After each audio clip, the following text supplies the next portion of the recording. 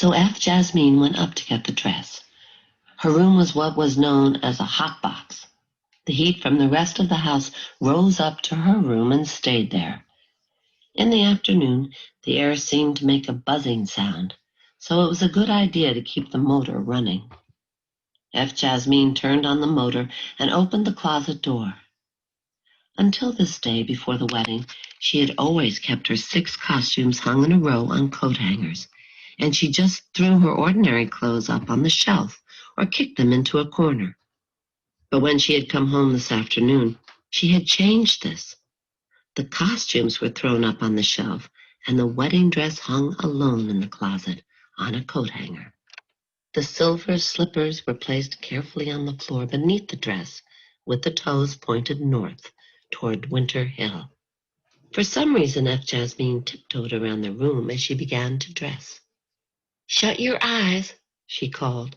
"Don't watch me coming down the stairs. Don't open your eyes until I tell you." It was as though the 4 walls of the kitchen watched her, and the skillet hanging on the wall was a watching round black eye. The piano tuning was for a minute silent. Bernice sat with her head bowed, as though she was in church, and John Henry had his head bowed also, but he was peeking. F. Jasmine stood at the foot of the stairs and placed her left hand on her hip. "Oh, how pretty," John Henry said. Bernice raised her head, and when she saw F. Jasmine, her face was a study. The dark eye looked from the silver hair ribbon to the soles of the silver slippers. She said nothing. "Now, tell me your honest opinion," F. Jasmine said. But Bernice looked at the orange satin evening dress and shook her head and did not comment. At first she shook her head with short little turns, but the longer she stared, the longer these shakes became, until at the last shake, F. Jasmine heard her neck crack. "What's the matter?" F. Jasmine asked.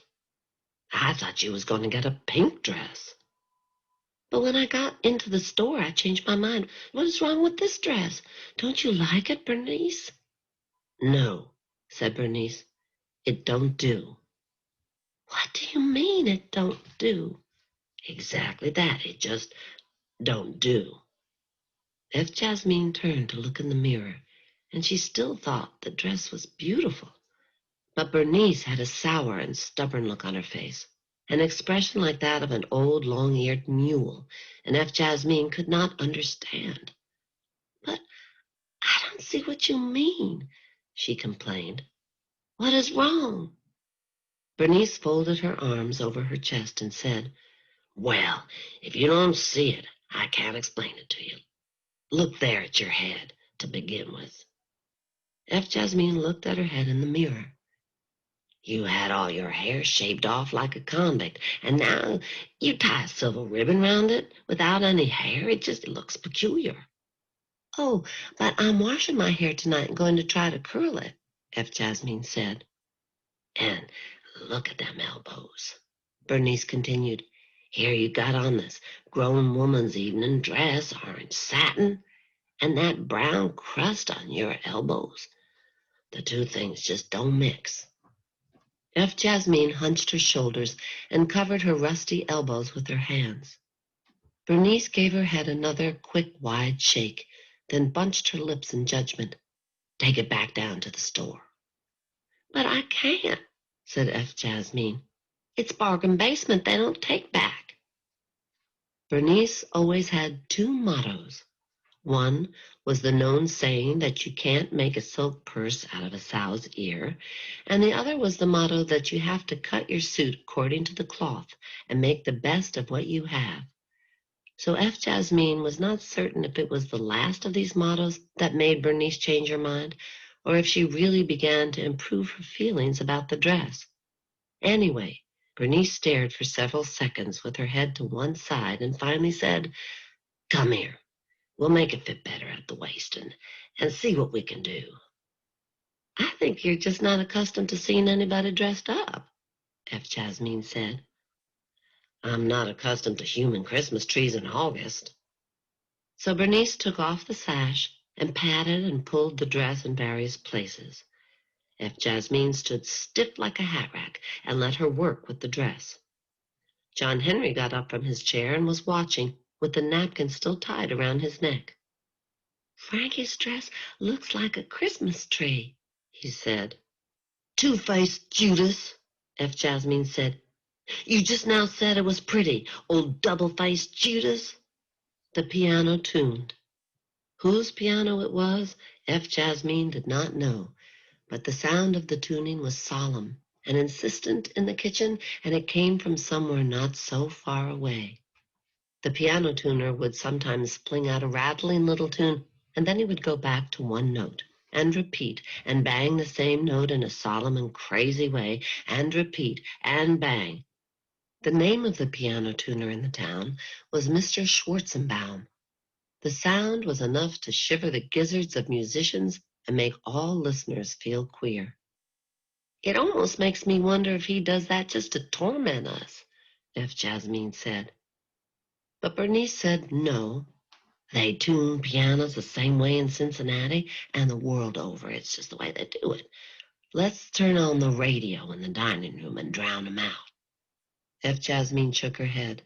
"No," she said. "I can't explain why, but I don't want to have the radio turned on again. It reminds me too much of this summer." "Step back a little now," said Bernice. She had pinned the waist higher and done one thing and another to the dress. F. Jasmine looked in the mirror over the sink. She could only see herself from the chest up, so after admiring this top part of herself, she stood on a chair and looked at the middle section. Then she began to clear away a corner of the table so she could climb up and see in the mirror the silver shoes, but Bernice prevented her. "Don't you honestly think it is pretty?" F. Jasmine said. "I think so. Seriously, Bernice, give me your candy opinion." But Bernice reared up and spoke in an accusing voice. "I never knew somebody so unreasonable. You ask me my candy opinion, and I give it to you. Then you ask me again, and I give it to you. But what you want is not my honest opinion, but my good opinion on something I know is wrong. Now, what kind of way is that to act?" "All right," F. Jasmine said. "I only want to look good."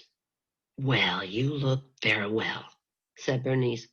"Pretty is as pretty does. You look well enough for anybody's wedding, excepting your own, and then pray Jesus will be in a position to do better.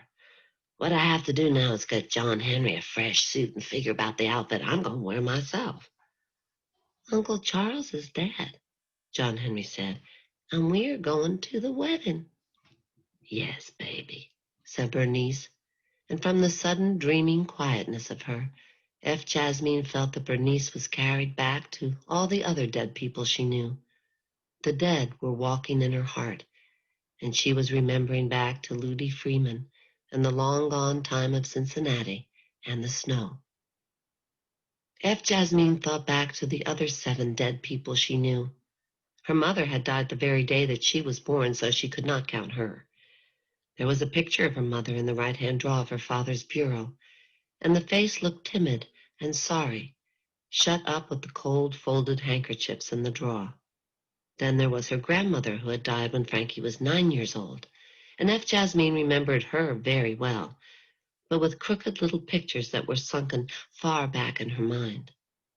A soldier from that town called William Boyd had been killed that year in Italy, and she had known him both by sight and name. Mrs. Selway, 2 blocks away, had died, and F. Jasmine had watched the funeral from the sidewalk, but she was not invited. The solemn grown men stood around on the front porch, and it had rained. There was a gray silk ribbon on the door. She knew Lon Baker, and he was dead also. Lon Baker was a colored boy, and he was murdered in the alley out behind her father's store. On an April afternoon, his throat was slashed with a razor blade, and all the alley people disappeared in back doorways. And later it was said his cut throat opened like a crazy shivering mouth that spoke ghost words into the April sun. Lon Baker was dead, and Frankie knew him. She knew, but only in a chancing kind of way, Mr. Pitkin at Brower's shoe shop, Miss Bertie Grimes, and a man who had climbed poles for the telephone company, all dead. "Do you think very frequently about Ludi?" F. Jasmine asked. You know I do, said Bernice. I think about the years when me and Ludi was together and about all the bad times I've seen since. Ludi would never have let me be so lonesome that I took up with all kinds of no good men. Me and Ludi, she said. Ludi and me. As Jasmine sat vibrating her leg and thinking of Ludi and Cincinnati. Of all the dead people out of the world, Ludi Freeman was the one F. Jasmine knew the best, although she had never laid eyes on him, and was not even born when he died. She knew Ludi and the city of Cincinnati, and the winter when Ludi and Bernice had gone together to the north and seen the snow. 1,000 times they had talked of all these things, and it was a conversation that Bernice talked slowly, making each sentence like a song. And the old Frankie used to ask and question about Cincinnati. What exactly would they eat in Cincinnati, and how wide would be the Cincinnati streets? And in a chanting kind of voice, they talked about the Cincinnati fish, the parlor in the Cincinnati house on Myrtle Street, the Cincinnati picture shows. And Ludi Freeman was a brick mason, making a grand and regular salary, and he was the man of all her husbands that Bernice had loved. Sometimes I almost wish I never knew Ludi at all, said Bernice. It spoils you too much. It leaves you too lonesome afterward. When you walk home in the evening on the way from work, it makes a little lonesome quench come in you, and you take up with too many sorrow men to try to get over that feeling. I know it, F. Jasmine said, but T.T. Williams is not sorry. I wasn't referring to T.T. He and me is just good friends. Don't you think you will marry him? F. Jasmine asked. Well, T.T. is a fine, upstanding colored gentleman, said Bernice. You never hear tell of T.T. raring around like a lot of other men's. If I was to marry T.T., I could get out of this kitchen and stand behind the cash register at the restaurant and pat my foot. Furthermore, I respect T.T. sincerely. He has walked in a state of grace all his life. Well, when are you going to marry him? She asked. He is crazy about you. Bernice said, I ain't going to marry him. But you just now was saying, said F. Jasmine. I was saying how sincerely I respect T.T. and sincerely regard him. Well then, F. Jasmine said, I respect and regard him highly, said Bernice. Her dark eye was quiet and sober, and her flat nose widened as she spoke. But he don't make me shiver none. After a moment, F. Jasmine said, to think about the wedding makes me shiver. Well, it's a pity, said Bernice. It makes me shiver, too, to think about how many dead people I already know, 7 in all, she said. And now Uncle Charles.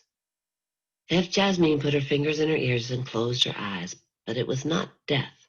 She could feel the heat from the stove and smell the dinner. She could feel the rumble in her stomach and the beating of her heart. And the dead feel nothing, hear nothing, see nothing, only black.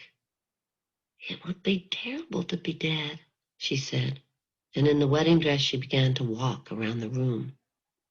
There was a rubber ball on the shelf, and she threw it against the hall door and caught it on the rebound. Put that down, said Bernice. Go take off that dress before you dirty it. Go do something. Go turn on the radio. I told you I don't want that radio on. And she was walking around the room, and Bernice had said to go do something, but she did not know what to do. She walked in the wedding dress with her hand on her hip. The silver slippers had squeezed her feet so that the toes felt swollen and mashed like 10 big sore cauliflowers. But I advise you to keep the radio on when you come back, F. Jasmine said suddenly. Someday, very likely, you will hear us speaking over the radio. What's that?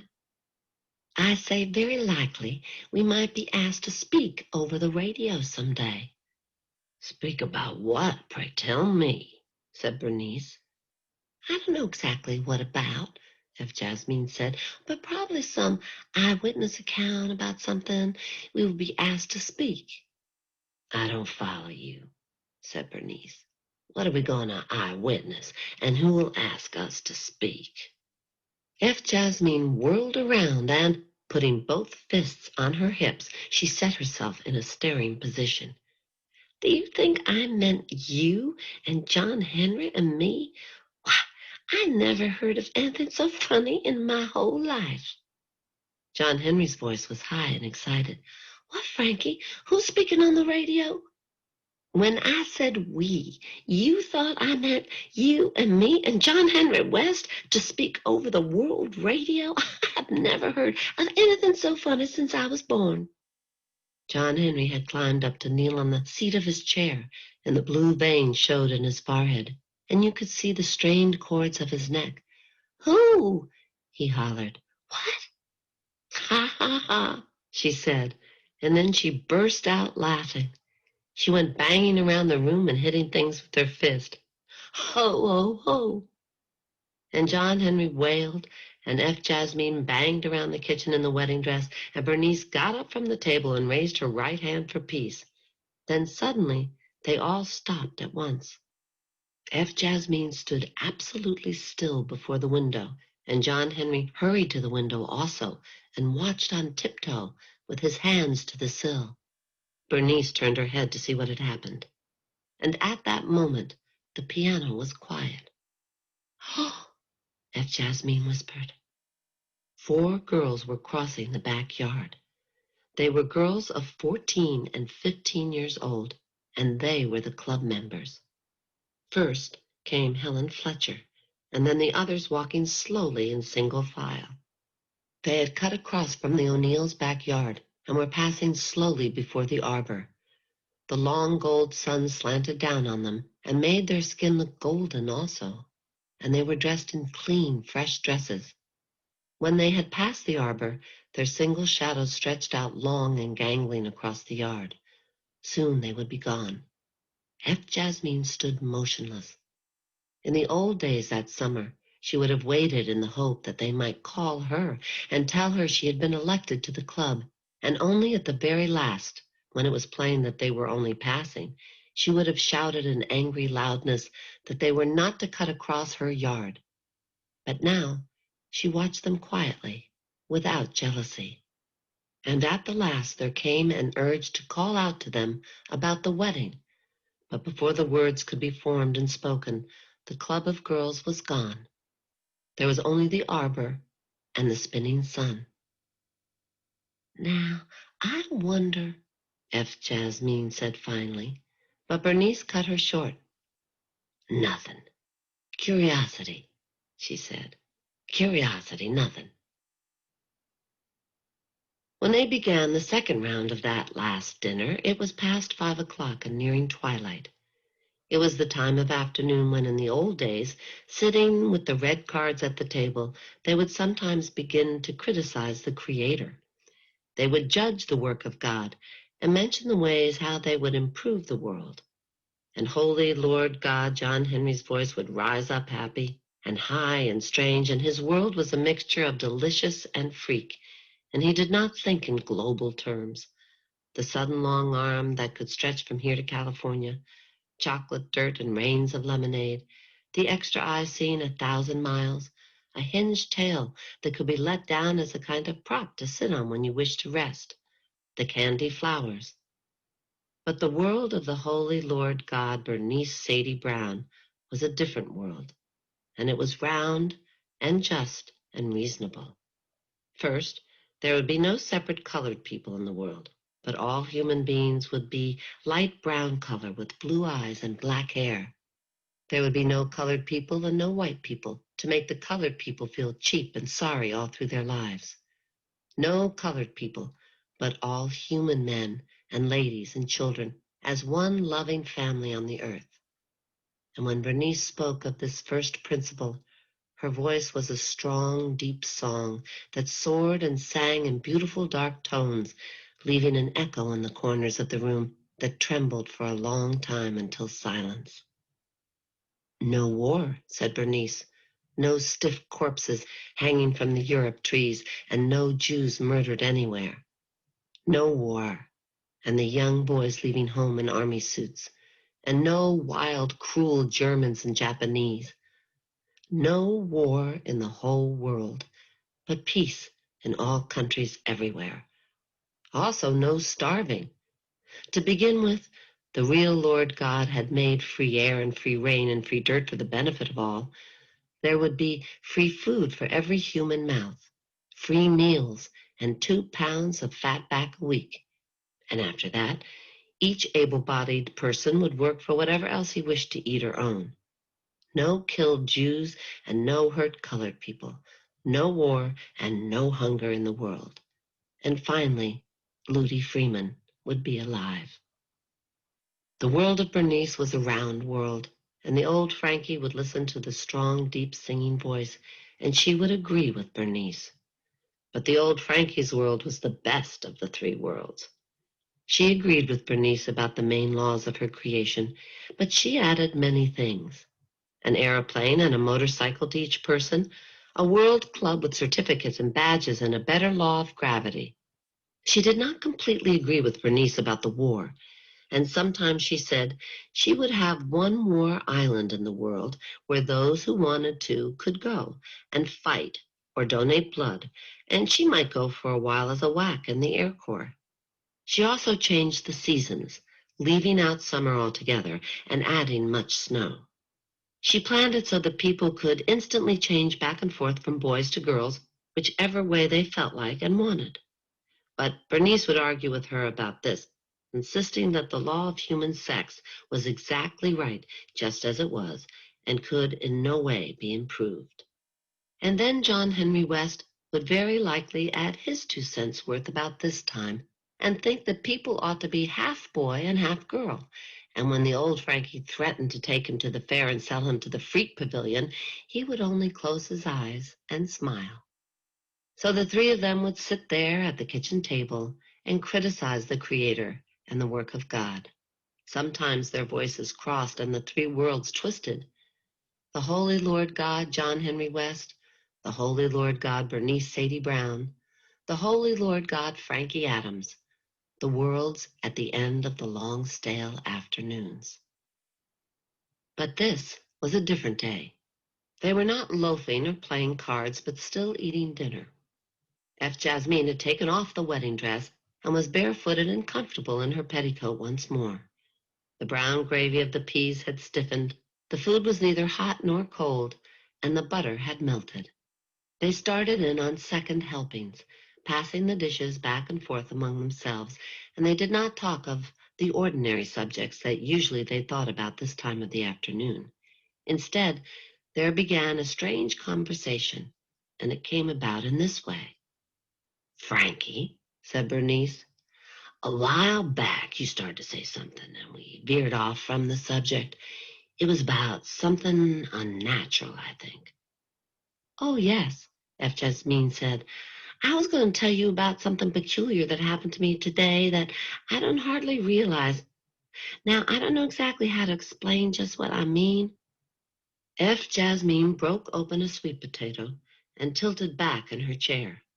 She began to try to tell Bernice what had happened when she had been walking home and suddenly seen something from the tail of her eye.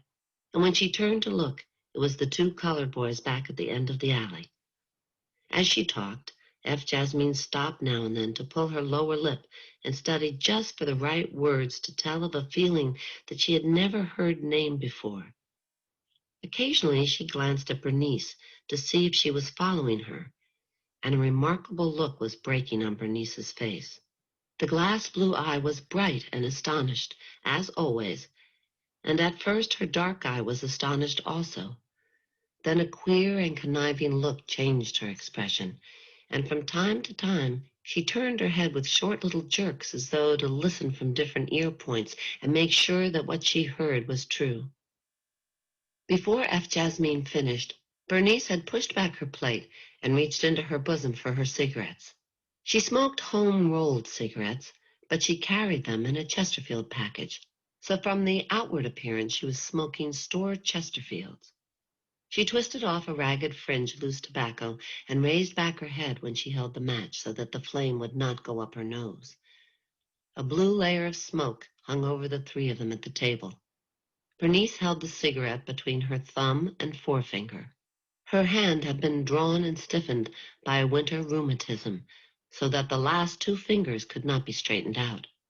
She sat listening and smoking, and when F. Jasmine had finished, there was a long pause. Then Bernice leaned forward and asked suddenly, "Listen to me. Can you see through them bones in my forehead? Have you, Frankie Adams, been reading my mind?" F. Jasmine did not know what to answer. "This is one of the queerest things I ever heard of," Bernice went on. "I cannot get over it." "What I mean," F. Jasmine started again. "I know what you mean," said Bernice.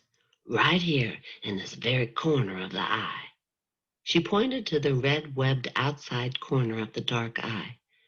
"You suddenly catch something there, and this cold shiver runs all the way down you, and you whirl around, and then you stand facing Jesus knows what, but not Ludi and not who you want, and for a minute you feel like you've been dropped down a well." "Yes," F. Jasmine said, "that is it." "Well, this is mighty remarkable," said Bernice. "This is a thing been happening to me all my life, yet just now is the first time I ever heard it put into words." F. Jasmine covered her nose and her mouth with her hand, so that it would not be noticed that she was pleased about being so remarkable, and her eyes were closed in a modest way. "Yes, that is the way when you are in love," said Bernice, "invariably. A thing known and not spoken." So that was how the queer conversation began at 5:45 on the last afternoon. It was the first time they had talked about love, with F. Jasmine included in the conversation as a person who understood and had worthwhile opinions. The old Frankie had laughed at love and maintained it was a big fake and did not believe in it. She never put any of it in her shows and never went to love shows at the Palace. The old Frankie had always gone to the Saturday matinee when the shows were crook shows, war shows, or cowboy shows. And who was it who had caused the confusion at the Palace that last May when the movie had run an old show on Saturday called Camille? The old Frankie. She had been in her seat on the second row, and she stamped and put two fingers in her mouth and began to whistle. And the other half-fair people in the first three rows began to whistle and stamp also. And the longer the love picture lasted, the louder they became.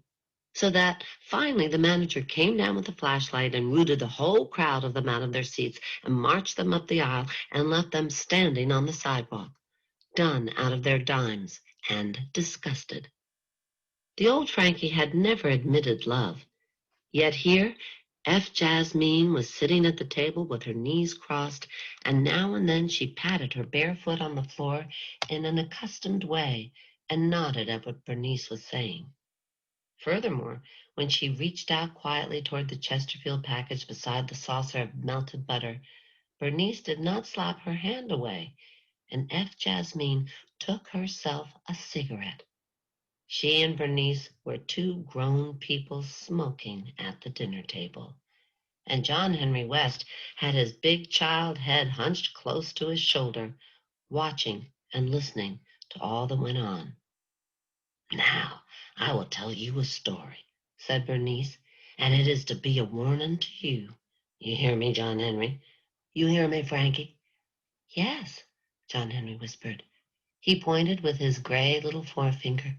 "Frankie is smoking." Bernice sat up straight, her shoulders square and her dark, twisted hands folded before her on the table. She raised her chin and drew in a breath in the way of a singer who is beginning a song. The piano tuned and insisted, but when Bernice began to speak, her dark gold voice rang in the kitchen, and they did not listen to the piano notes. But to start this warning, Bernice began with the old same story that they had heard many times before, the story of her and Ludi Freeman.